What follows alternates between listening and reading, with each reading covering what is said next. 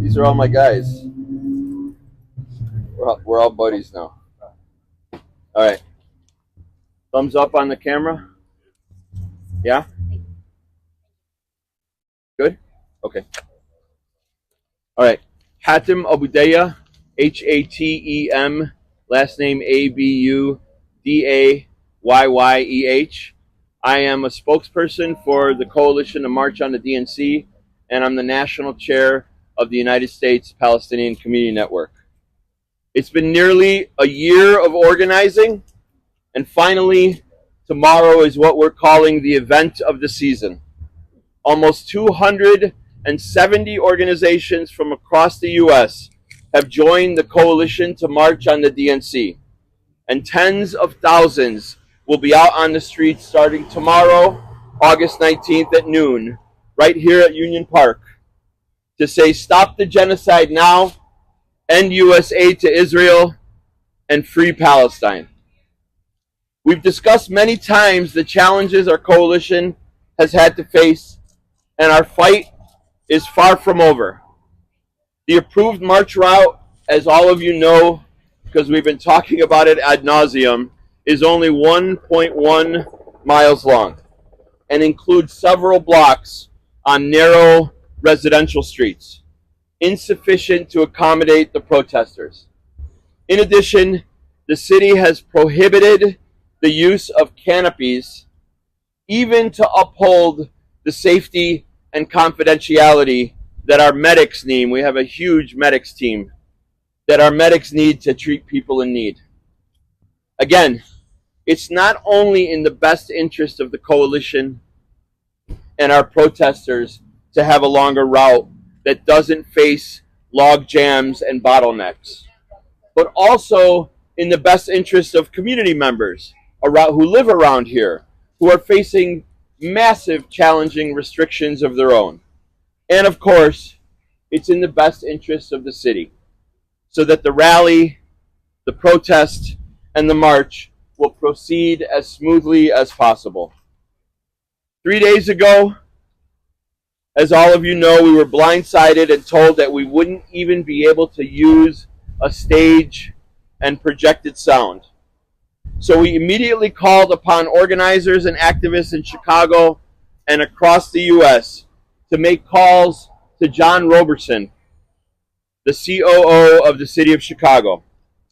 Thousands of those calls were made from all across the country, and we won that accommodation back. The organizers within the Coalition to March on the DNC did what they do. We organized, and we put pressure on the city and the city law department, and we got that accommodation back. But now there's still some things that we need. We need those canopies, and we absolutely, positively need the longer route. If we get those thousands that we expect, when we get those thousands and 10,000s that we expect, 1 mile will not accommodate them. Everybody knows that. You don't have to be an organizer for 25 years like some of us to understand that. If people leave Union Park and they march 1 mile and there's tens of thousands here, by the time they come back, there will still be thousands that haven't left the park, which means that the thousands who haven't left the park do not get their First Amendment rights upheld. They do not get to be in front of the United Center. They do not get to be within sight and sound to say, end Israeli occupation, end U.S. aid for Israel, end U.S. support of the genocide. We have to make sure that everybody who wants to make that message known and heard is able to do that. We have to make sure that the people from the Black Liberation Movement and the Immigrant Rights Movement and the Women's Rights Movement and the LGBTQ movement and the Workers' Rights Movement and the Reproductive Rights Movement and all of the other folks who are going to be out here with us, supporting the Palestinian cause, supporting our demands, and are making demands of their own of the Democratic Party. Remember, the Coalition to March on the DNC was formed way before October. That means all of these organizations dealing with all of these social justice issues were there with us from the beginning, and USPCN, my organization in the Palestinian community, was with them from the beginning. We made a political shift that was necessary after the war started on the people of Gaza, the Palestinian people of Gaza, and that's why Palestine is the center right now. But we will address all those other issues as well. You'll see them in the beautiful banners, the puppets, the posters. You'll hear them from the stage, people representing all of those different issues. And they need to all be heard.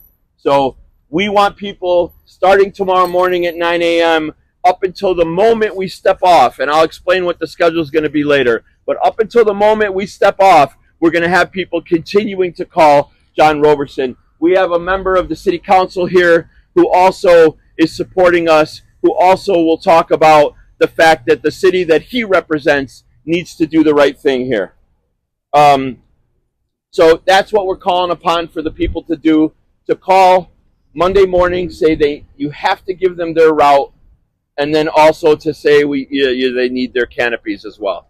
So that is the space back there, Union Park, historical Union Park, where in 2006 the immigrant rights movement, Byron Sichko Lopez is a part of that movement, brought out 500,000 people to go against the Sensenbrenner bill, an anti-immigrant bill that was tried to be passed by a congressman in Wisconsin. 500,000 people on March 10th in 2006. May Day that year was even bigger. We brought May Day back to Chicago. We brought May Day back to the immigrant rights movement and the workers' movement back in Chicago, and there were hundreds of thousands and millions of people across the street that were marching.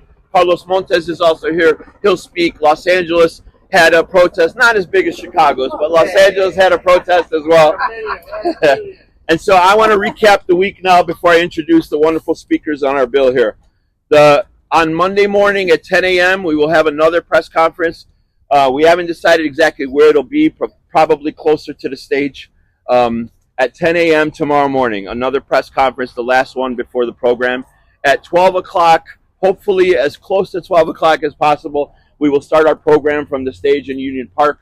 That will go for about an hour and a half, maybe a little bit longer. There will be speakers from all across the country representing all of these issues that we talked about. And then from there, we will start our march. And, like I said, up until 2 p.m., when we step off, we're going to be fighting for our rights, and we're going to be fighting for that route. We will do the route. We will get within sight and sound of the United Center, and then there is another park called 578 that's part of the route. We will stop there, and we will have a few other speakers to wrap up our program. And from there, we'll be marching back into the park, and we'll disband from here. So, for the press and other people, it's just the day starts at 10 a.m. We'll be ready at 8 a.m. for press check-in, even 7 a.m. for press check-in tomorrow. We'll have hundreds of our volunteers that are here setting up and all that sort of thing. Those images that you might want to get as well. But 10 o'clock press conference, 12 o'clock program. Right around 2 o'clock we step off. We do the route. We come back here. We close it here, and then we disband for the day. And then on Thursday, not absolutely confirmed yet, but you'll get it if you're on our lists. Possible press conference also at 3 o'clock on Thursday. Program starts at 5. It'll be a shorter program, but it'll start at 5. Step off will probably be close to 6. We'll do another march. We'll do another small one at Park 578. We'll be within sight and sound of the United Center, and then we'll come back to Union Park to disband on Thursday. And the last thing to announce is that on Wednesday, all of you who are from Chicago and have been following us for the past 10 months and even way before, the Chicago Coalition for Justice in Palestine was formed in 2000, right after the Intifada in Palestine. In the last 10 months, it has organized, the coalition itself has organized 50 protests in support of Palestine to stop the genocide. All of the institutions within that coalition and all of our solidarity partners all together have organized close to 100 actions in Chicago since October. That is the leading coalition around Palestine in Chicago, and they are leading with USPCN and the other forces in that coalition, leading a protest on Wednesday 3:30 p.m., that will be here as well, and it will be staged here, and there will be a route that will be announced later on. So that is the schedule that the Coalition to March on the DNC is announcing officially this morning. Also announcing officially this morning that our fight for the longer route and our fight for the canopies and all the other things that should be upheld for us will be fought for up until game time, essentially tomorrow. Well, let's do our program and then you can ask questions. So I'll come back and take questions after you hear from a couple other very, very important organizers in our coalition. Fayani Mijani, another spokesperson for our coalition and a leading organizer for the Chicago Alliance Against Racist and Political Repression, will speak first. Sorry. It's all right. Fayani Aboma Mijana, Fayani Aboma Hatem explained the logistical background and gave context on the coalition as a whole. As a member of the Chicago Alliance Against Racist and Political Repression in the Black Liberation Movement, I'm here to say the Black Liberation Movement in the U.S. stands with Palestine and demands an end to all U.S. aid to Israel. In this horrific genocide of Palestinians, it's being aided and abetted by the Democrats and its representatives. We'll be convening just over there. The genocide Joe Biden, killer Kamala Harris, baby heroic resistance from Palestinians in both occupied Palestine and right here in the U.S. is the question of self-determination for Palestinians. Black people in the U.S. also understand this question of self-determination. The same Israeli occupation forces that are committing the genocide in Gaza train the police departments like the Chicago Police Department, who then implement the repressive tactics they learn onto our communities. And that continuous oppression and repression that holds back Black people from exercising their own self-determination. So this is why Black people are not only marching to end all U.S. aid to Israel, but we're also marching to stop police crimes and for community control of the police now. In Hind Rajab, whose family's car was hit with an IOF tank shell directly, who bled out for hours among the bodies of her dead relatives, we see Dexter Reed, who was shot 96 times by Chicago police. And when his lifeless body lay on the ground, the police officer still handcuffed him. In Ahmed Manasra, a young Palestinian political prisoner subject to psychological and physical torture for almost 10 years, we see Anthony Gay, who was made a political prisoner for his fight to end solitary confinement in Illinois, as well as Gerald Reed, David Lincoln, and hundreds of others who were tortured by John Burge and his midnight crew in CPD. This is why we say CPD, KKK, IOF, they're all the same. The Democrats sailed into office in 2020 from the George Floyd rebellion as working and oppressed people, and specifically Black people, turned out in historic numbers in rejection of Trump. And yet Biden and Kamala's promises of passing the George Floyd Justice and Policing Act never materialized. In fact, they only sent more money to police around the country to further brutalize us, while at the same time in 2023, police killed more people than ever in this country's history.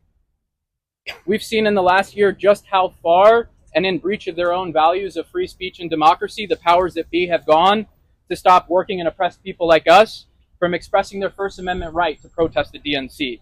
They won't give us the march route we want, they won't let us have the stage we want, and they won't let us have the media risers so the media can disseminate our messages. The Democratic Party cannot bear to witness a coalition of nearly 270 organizations from all over the country, composed of the very people they claim to represent from all sectors of society, marching on them and pointing out their hypocrisy. Well, I'm here to say the coalition is united in standing in Palestine. We're united in ending all U.S. aid to Israel. It's united in stopping police crimes, and it's united in demanding community control of the police now. And so I'm going to say, from the river to the sea, Palestine will be free. From the river to the sea, Palestine will be free. Thank you. Thank you, Fayani. Jess Sundin is with the Twin Cities Coalition for Justice, coming from Minnesota, of course. This organization came together after the police murder of Jamar Clark, and she has been a Palestine solidarity activist for a long, long time as well. Jess Sundin.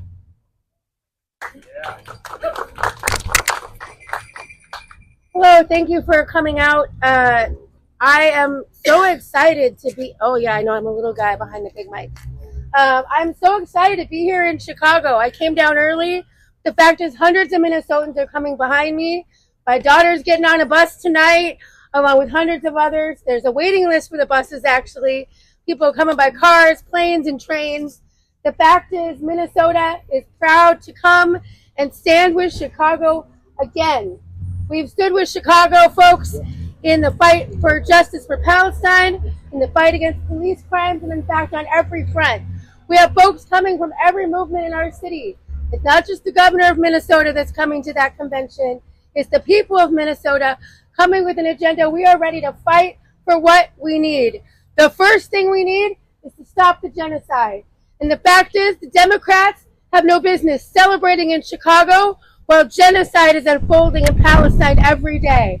And the reality is, whether it's genocide or any of our other demands, there is nothing the city of Chicago can do to stop us from coming, to stop us from lifting our voices, and to stop us from standing together, marching to the DNC, and saying what we have to say. We have a right to be there, but not only that, we have a duty to speak out. Here in the belly of the beast, it is our responsibility not to let the politicians speak for us. We are here to speak for ourselves. So look for hundreds of Minnesotans joining the tens of thousands of people that I know are coming from across the country here tomorrow, starting at, I'm going to be here about 7. I don't know when you guys are getting here, but the rally will start at noon. We march at 2, and our message is going to be loud and clear: Free Palestine. Can you spell your name, please? Jess, Jess, Sundin, Sundin.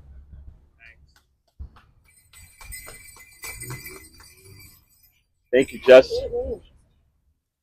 Another very close friend of mine who has been a leading organizer for probably 5 decades, coming up on 6 decades, a co-founder of the legendary Brown Berets, and one of the leading organizers in the immigrant rights movement in Los Angeles and across the country is Carlos Montes. Yeah, good morning, everyone. My name is Carlos Montes, Carlosmontes, longtime Chicano civil rights activist. I'm still at it. I'm here representing the Legalization for All network. We have chapters from all over the U.S. that are going to be marching tomorrow in an immigrant rights contingent demanding legalization for all, no deportation. But primarily and foremost, we are in solidarity with the Palestinian people. We are demanding that Biden, Harris, stop the genocide, stop funding Israel, stop funding military aid to Israel. That is our primary solidarity. My parents came from Mexico. I came from Mexico as a 7-year-old. Grew up in Southern California, facing racism and exploitation. The community I live in, Ball Heights, primarily undocumented families, had the highest COVID death rate in Southern California. So that's why we're here also demanding justice, equality for all oppressed people, especially African Americans, Latinos, and all working people to unite to say stop the genocide and to demand legalization for all. We're also here in solidarity with the African American community to promote Black and Brown unity, because the Chicano community throughout the United States also suffers police killings. Jesse Romero, a 14-year-old undocumented youth that was shot in the chest while he raised his hands and kneeled by the LAPD. So again, we will be marching tomorrow within sight and sound of the DNC, permit or no permit. I also marched at the RNC in Milwaukee, doing the same thing.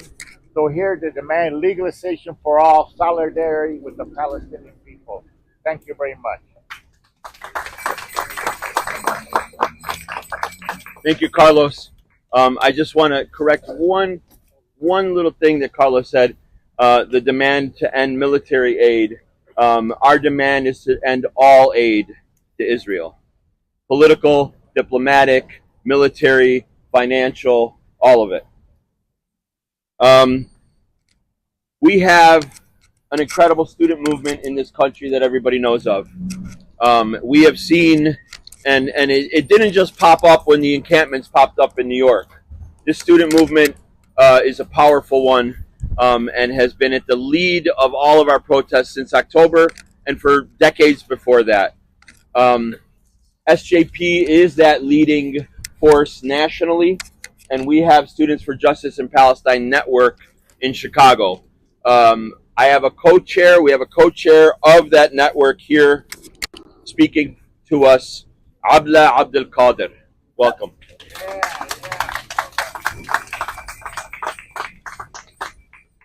Hi everyone, my name is Abla Abdul Qadir, A-B-L-A, A-B-D-E-L-K-A-D-E-R.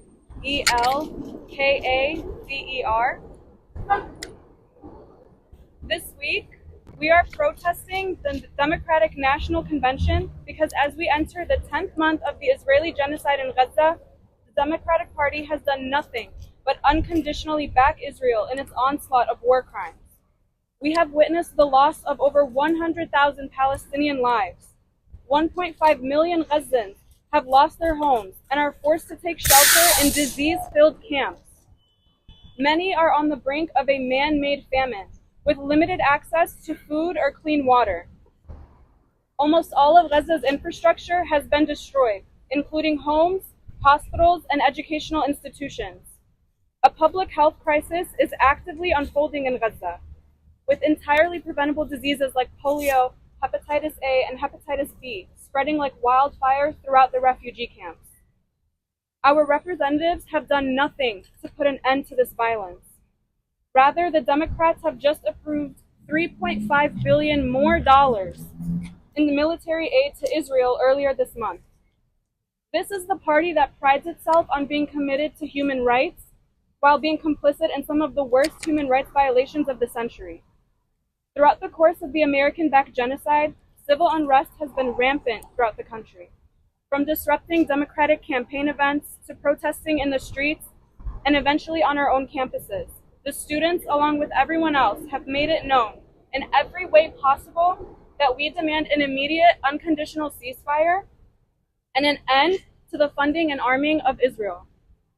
The Democrats have failed the American people, not only by turning their backs on the so-called moral standings of American values, but by also neglecting the urgent needs of people in this country. 43 million Americans have crippling student debt. The housing crisis is at an all-time high. Many Americans don't have access to life-saving medical treatment, and the future of humanity is left uncertain by the rapidly unfolding climate crisis. By prioritizing military aid and profit over domestic welfare, the Democrats, especially Joe Biden and Kamala Harris, who is also complicit, have shown that they do not truly put the interests of their citizens first, instead revealing that this system is driven by the bribery of Israeli Zionist lobbies rather than the well-being of its citizens. This upcoming week marks the continuation of unrest we've witnessed over the past 10 months. Despite our relentless demands for the Democratic Party to end the genocide, we are continuously ignored. Instead, we see increased militarization of the police, violent repression, and unjust targeting of protesters and student activists. As students, we understand the critical role our universities play in bolstering Israel's military and economic strength. Our universities share deep economic and political ties with Israel and continue to benefit and fund Israel's genocidal agenda. This normalization of Israel's existence has no space in the global and academic spheres. Students of these administrations are calling upon our universities to do one simple thing: put humanity first. We demand that you immediately divest our tuition dollars and any private endowments from human rights violations all across the world, and instead fund time, effort, and resources in our futures instead.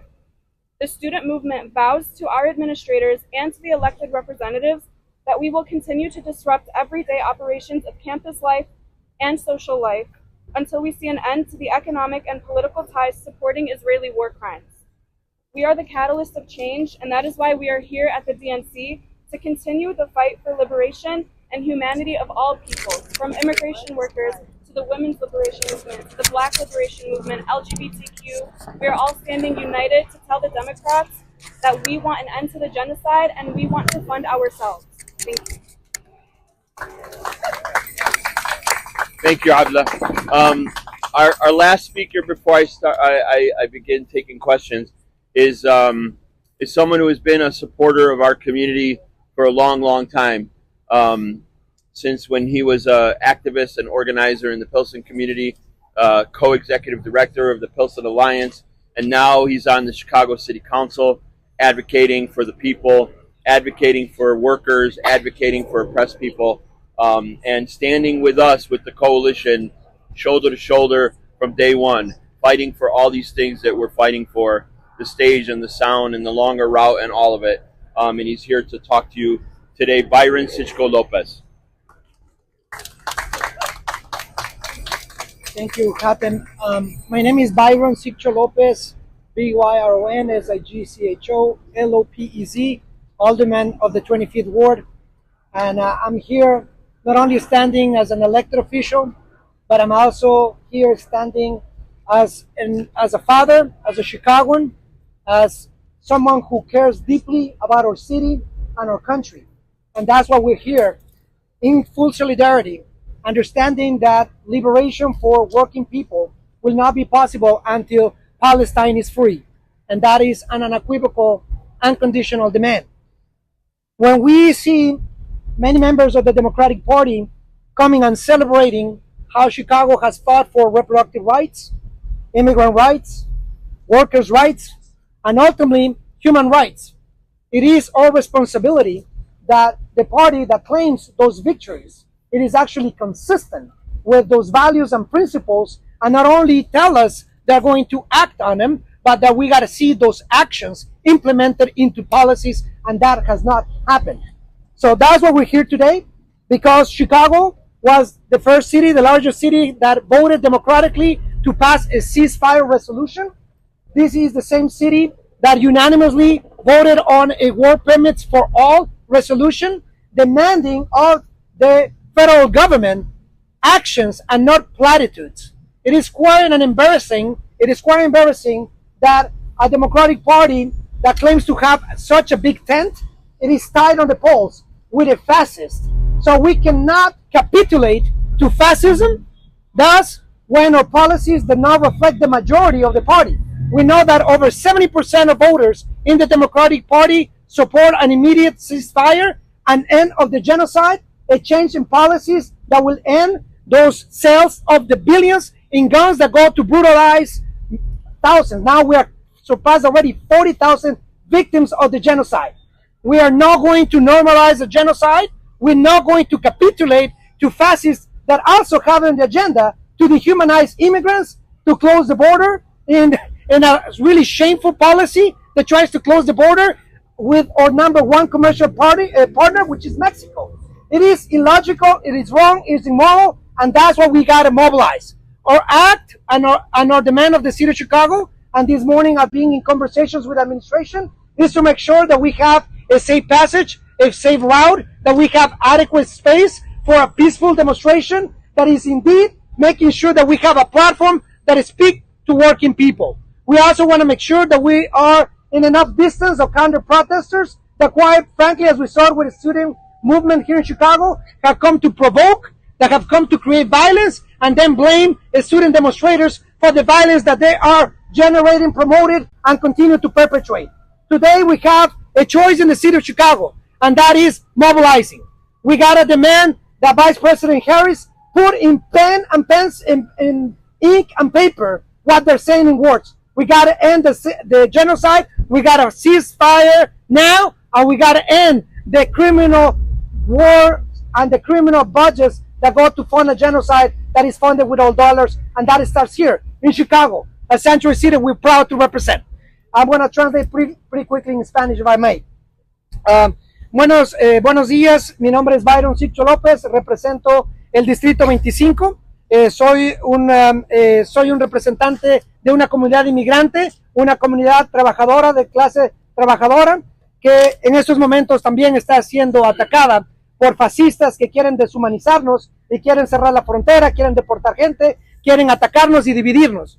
Por eso en la ciudad de Chicago, donde hemos protegido los derechos a tener los derechos de inmigrantes, derechos de la clase trabajadora, derechos de aborto, derechos de los derechos de los human rights. Necesitamos urgentemente que las políticas de la Democratic Party estén en línea con lo que están diciéndonos en las conferencias de prensa, que nos siguen ofreciendo, pero no se ha cumplido un cese al fuego inmediato, un término al genocidio y que determinen los ataques a la clase trabajadora, a los inmigrantes que han sido la clase trabajadora que sostiene este país. El día de ayer éramos trabajadores esenciales, ahora somos criminales. Nosotros estamos demandando un cese al fuego, demandamos que se termine de una vez por todas la venta de armas y que continuemos trabajando para tener comunidades inmigrantes respetadas, que sean humanizadas y que tengan condiciones dignas. Hoy estamos demandando que se cumpla lo que la ciudad de Chicago ha votado, que se cumpla un cese al fuego, que la ciudad de Chicago ha votado democráticamente, que se den los permisos de trabajo para todas y todos los trabajadores, que se respete al trabajador, que se respete al inmigrante. Y cuando esas políticas no se han cumplido, debemos movilizarnos. Sabemos que el 70% de los votantes apoya un cese al fuego, el fin al genocidio que ya ha cobrado más de 40,000 vidas inocentes. Nosotros no podemos seguir siendo silenciados o viendo al otro lado cuando vemos la deshumanización, y sabemos que el respeto a los derechos humanos, el derecho a la vida de nuestros hermanos y hermanas en Palestina, significa también el respeto a los derechos humanos a la gente aquí en Chicago. Por eso demandamos que la ciudad, y hemos estado en esta mañana ya hablando con la administración para que se pueda negociar un paso seguro, suficiente espacio para la demostración pacífica y se tenga suficiente espacio con los contraprotestantes que en otras ocasiones, como vimos con las protestas estudiantiles, han venido a provocar, han venido a instigar la violencia, y eso es lo que nosotros no queremos. Demandamos de la ciudad de Chicago la colaboración para un pase seguro y que la Convención Demócrata ponga en escrito lo que dicen en sus palabras, lo hagan con acciones. Muchas gracias. Thank you, Byron, and thank you to all of our speakers. This is representative of this coalition, 270 organizations. We might hit 300 even by tomorrow morning. So I'll open it for questions now.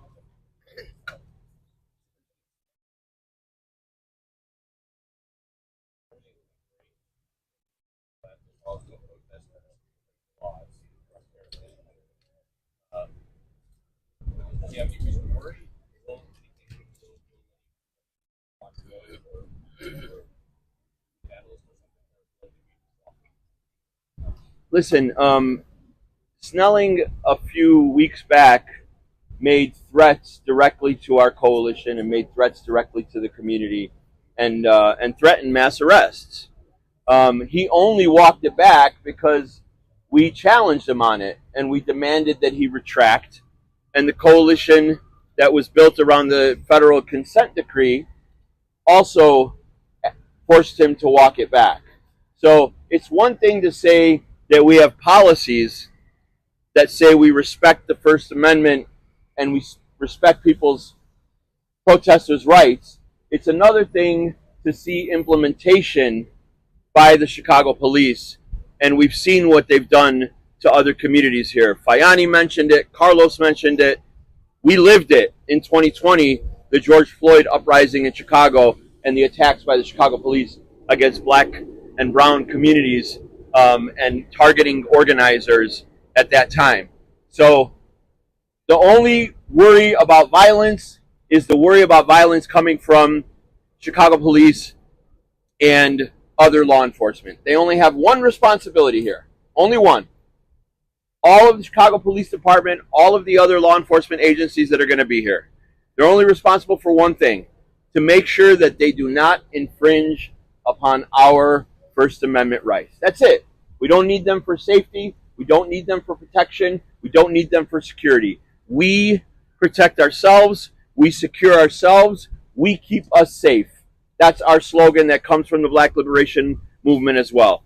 And we are prepared and primed with hundreds of marshals, security team. We work with the greatest legal organization in the history of this country, the National Lawyers Guild, to make sure that they're monitoring the police and to make sure they represent our people if anybody gets arrested. That's our position on Chicago police and other law enforcement. Can you Over here. Can you talk about where? I know we have one representative here from Minnesota, but can you talk about where some of the other groups are coming from and being bussed in from, and who's coordinating? Funding that, bringing those people here to Chicago for the next several days. The fundraising is grassroots. We put up a fundraising link on the website a couple months back, and people from across the country, probably across the world, have been supporting all of us. We've tried to subsidize some of the transportation. We've done some of that, but people on the grassroots level in those states raise the money themselves. People are putting $80 and $100 and $140 so they can get on a bus so they can come to Chicago for this protest tomorrow. We've got buses coming from Minnesota. We've got buses coming from New Mexico. We've got them from Indiana, from Michigan, from Wisconsin, from Ohio. USPCN is partnering with the Coalition of March on the DNC, with the National Alliance Against Racist and Political Repression on a lot of that transportation that I mentioned. Car caravans and trains from all across the Midwest. We know people are coming from California, and they're coming from New York, and they're coming from Florida, and from Texas, and from Louisiana. I mean, we know of all of those at least, and there's probably a bunch of other states that I haven't mentioned yet. So charter buses and trains and car caravans from all across the country, not just the Midwest and not just Chicago. This is a national mobilization. Molly. I'm sorry, just for those sorry I got here late. The status of the route that you all plan to take versus the route the city has released. Yeah, I'll just repeat. The route that the city wants us to take is 1.1 miles long. The route that we want is 2.4 miles long. We are going to continue to fight up until the step off from the park tomorrow to make sure that we get a longer route. We have to consider that the people who are the powers that be are going to have to understand when they see the crowd that 1.1 mile route is not going to be sufficient. But so if the city doesn't agree at step off, you'll follow the city route, or if the city does not agree at step off, we will march the route. And listen, we have a philosophy in Chicago that the numbers dictate what the route is. That's the way to answer that. Just on that, sir, on that, where can you go right now? Where does the route take you? Yeah, Washington Boulevard to Hermitage, north on Hermitage to Maypole, west on Maypole to Damon, north on Damon. This might all be Greek to the folks that are not from here. North on Damon to Lake Street, and then back east a few blocks. Then we come back south to Park 578, where I announced earlier that we're going to have another